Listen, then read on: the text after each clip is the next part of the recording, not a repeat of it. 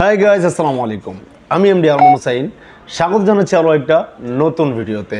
দর্শকবৃন্দ, আজকে আমি কথা বলবো থাইল্যান্ডের ই ভিসা কখন চালু হবে। দর্শক, এটা অত্যন্ত সুখবর। আপনারা বিভিন্ন নিউজ পেপারে দেখেছেন, বিভিন্ন জায়গায় থাইল্যান্ডের এতদিন পর্যন্ত তারা স্টিকার ভিসা দিয়ে আসতো, কিন্তু তারা খুবই রিসেন্ট ই ভিসা চালু করতে যাচ্ছে। খুব ইজিলি ঘরে বসেই বা কোনো এজেন্সির মাধ্যমেই আপনারা এম্বাসি ফেস না করেই থাইল্যান্ডের ই ভিসাটা আপনারা সংগ্রহ করতে পারবেন।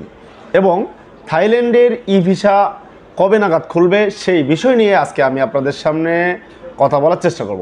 তার আগে ছোট্ট একটা রিকোয়েস্ট থাকবে, এই চ্যানেলটাতে নতুন এসে থাকলে চ্যানেলটি সাবস্ক্রাইব করে পাশে থাকা বেল আইকনটি বাজিয়ে রাখবেন, তাহলে নিত্য নতুন আপডেট আপনি পাবেন সবার আগে। তো আগামী 19 ডিসেম্বর থেকে চালু হতে যাচ্ছে থাইল্যান্ডের ই ভিসা।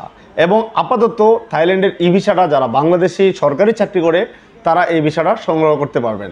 1 জানুয়ারি 2025 সাল থেকে সবাই পাবেন, অর্থাৎ আপনি বাংলাদেশি নাগরিক হয়ে থাকলেই আপনি থাইল্যান্ডের ই ভিসার জন্য আবেদন করতে পারবেন। থাইল্যান্ডের ট্যুরিস্ট ই ভিসার জন্য আবেদন করতে কী কী ডকুমেন্টস প্রয়োজন পড়বে সেটা আমি আপনাদেরকে একে একে বলে দেওয়ার চেষ্টা করছি।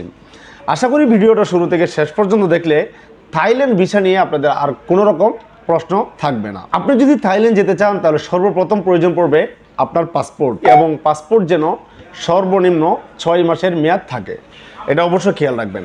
সাদা ব্যাকগ্রাউন্ড ছবি 35x45 mm যে ছবিটি রয়েছে সেটা নর্মাল কোনো প্রিন্টার থেকে প্রিন্ট দিলে হবে না, সেটাকে আপনার ল্যাব প্রিন্ট অথবা ম্যাট পেপার দিয়ে প্রিন্ট করতে হবে। ব্যাংক স্টেটমেন্ট প্রয়োজন পড়বে, সেটা 6 মাসের ট্রানজ্যাকশন আপনাকে মিনিমাম দেখাতে হবে, এবং ব্যাংক সলভেন্সি যেটা সার্টিফিকেট সেটারও প্রয়োজন পড়বে। ফ্যামিলি নিয়ে যেতে চান এবং সদ্য বিবাহিত হয়ে থাকেন তাহলে যে আপনার নিকাহনামা রয়েছে সেই নিকাহনামার কপি। এবার আসি পেশা প্রমাণ, আপনি কি পেশা প্রমাণ দেবেন। দর্শক, যদি আপনি ব্যবসায়ী হয়ে থাকেন তাহলে ট্রেড লাইসেন্সের কপি দিবেন, সেটাকে বাংলাতে অনুবাদ করে তারপরে উকিলের মাধ্যমে নোটারি করে সেই নোটারির যে অরিজিনাল কপিটা আছে সেই কপিটা তাদেরকে জমা দিতে হবে।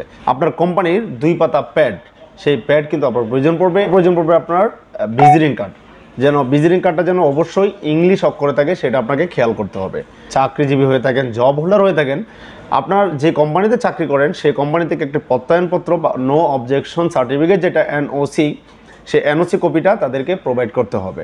আইডি কার্ড এবং ভিজিটিং কার্ড আপনার ইংলিশে যেন অবশ্যই ছাপা থাকে সেটা খেয়াল রাখতে হবে। যদি আপনি স্টুডেন্ট হয়ে থাকেন আর এমন অবস্থায় আপনি থাইল্যান্ড ভিজিট করতে চান তাহলে আপনি স্টুডেন্ট আইডি কার্ড থাকলে সেটা দিবেন, অথবা যে প্রতিষ্ঠানে আপনি লেখাপড়া করছেন সেই প্রতিষ্ঠানে তাদেরকে যে সর্বশেষ যে মাসিক বেতনটা দিয়েছেন সেই বেতনের একটা রসিদ অথবা ভর্তি রসিদ সেটাও আপনি তাদেরকে প্রোভাইড করতে পারেন। এই সমস্ত ডকুমেন্টস যদি আপনার থাকে, এই সমস্ত ডকুমেন্টসগুলো আমি আমার ডেসক্রিপশন বক্সে আপনাদেরকে দিয়ে রাখবো, এবং এই সমস্ত ডকুমেন্টসগুলো আপনি ম্যানেজ করে আপনি কোনো এজেন্সির সাথে যোগাযোগ করলেই অথবা আপনি চাইলে নিজেও ট্রাই করে আপনার ফাইলটা রেডি করে থাইল্যান্ড এম্বাসির জন্য জমা দিতে পারেন। থাইল্যান্ডের ভিসার ব্যাপারে যদি কোনো সহযোগিতা প্রয়োজন পড়ে তাহলে স্ক্রিনে দেওয়া নাম্বার থেকে যোগাযোগ করতে পারেন আমাদের সাথে। আমরা আপনাদেরকে সর্বোচ্চ সহযোগিতা করে থাইল্যান্ডের ভিসাটি করে দেওয়ার চেষ্টা করব। দর্শক, কিন্তু ভিডিওটা লম্বা করছি না, ভিডিওটি দেখে ভালো লাগলে লাইক, কমেন্ট, শেয়ার এবং সাবস্ক্রাইব করতে বলবেন না। আজ এই পর্যন্ত ভালো থাকুন, সুস্থ থাকুন। আসসালামু আলাইকুম।